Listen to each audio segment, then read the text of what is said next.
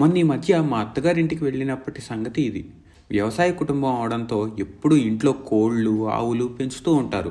అయితే ఒక్కోసారి కోళ్ళు ఎక్కువ అయినప్పుడు విపరీతంగా గుడ్లు పెట్టేవి. అన్ని గుడ్లు పొదగేయడానికి కోళ్ళు కూడా రెడీగా ఉండేవి కావు. ఉన్న అన్నిటినీ మేనేజ్ చేయడం చాలా కష్టంగా ఉండేది.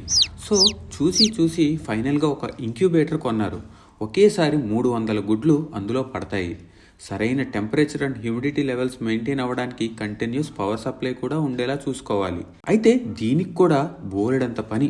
గుడ్లన్నిటిని మార్క్ చేసుకోవడం, రోజు కనీసం 3-4 సార్లు అయినా టెంపరేచర్ అండ్ హ్యూమిడిటీ లెవెల్స్ని చెక్ చేసుకోవడం, డేట్ని బట్టి 18 నుండి 19 రోజుల ముందు పెట్టిన గుడ్లను చెక్ చేసుకుంటూ ఉండాలి.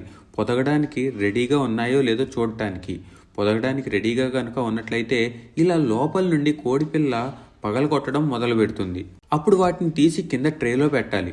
బయటకు వచ్చిన పిల్లలను 1-2 రోజులు అక్కడే ఉంచి తర్వాత ఒక చిన్న కేజీలో వెచ్చదనం కోసం ఒక బల్బు పెట్టి అందులో ఉంచుతారు. కోడి పిల్లలన్నీ ఆ బల్బు చుట్టూతా వెచ్చదనం కోసం మూగుతాయి. చూడటానికి చాలా ముచ్చటగా ఉంటుంది. ముందు రోజే సుమారు 100 పిల్లలు ఉండేవి. అన్నిటినీ ఎవరో కొనుక్కుని వెళ్ళిపోయారు. ఎనీవేస్, తల్లి లేకుండా తిరుగుతున్న ఈ గుంపు ఉంది చూశారు, ఇవి ఇంక్యుబేటర్లో నుంచి వచ్చిన పిల్లలే. చక్కగా ఇంటి చుట్టూ ఉన్న పురుగులను, గింజలను ఏరుకుంటూ తింటాయి. ఇది చూడండి, చక్కగా ఏదో కుంకపు బరినిలాగా ఉంది. అయితే విచిత్రం ఏమిటంటే అన్ని గుడ్లు కూడా పైన లావుగా ఉన్న భాగం దగ్గరే పగిలి ఉన్నాయి. అది కూడా రౌండ్గా. కొన్ని గుడ్లు ఫెయిల్ అవుతాయి. అయితే ఈ షెల్స్ ప్యూర్ కాల్షియం అవడంతో వాటిని మళ్ళీ ఆ కోళ్లే తినేస్తాయి.